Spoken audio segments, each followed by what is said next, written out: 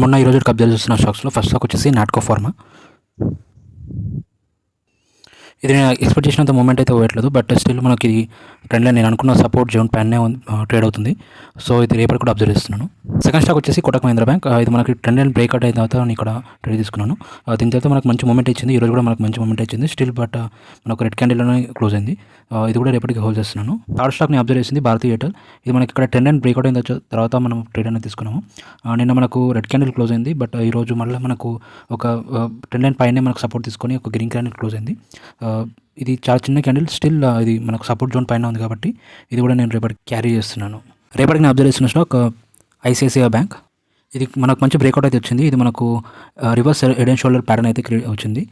So ఈరోజు నేను position అయితే తీసుకున్నాను. సెకండ్ స్టాక్ని అబ్జర్వ్ చేస్తున్నది ఇంద్రప్రస్థ్ గ్యాస్. ఇది వచ్చేసి మనకు ఇక్కడ మల్టిపుల్ టైమ్స్ ఇక్కడ సపోర్ట్ తీసుకుంది. ఈరోజు కూడా మనకు ఇక్కడ సపోర్ట్ తీసుకొని మంచి క్యాండిల్ క్లోజ్ అయింది. సో ఇది రేపటికి నేను అబ్జర్వ్ చేస్తున్నాను ట్రేడ్కి.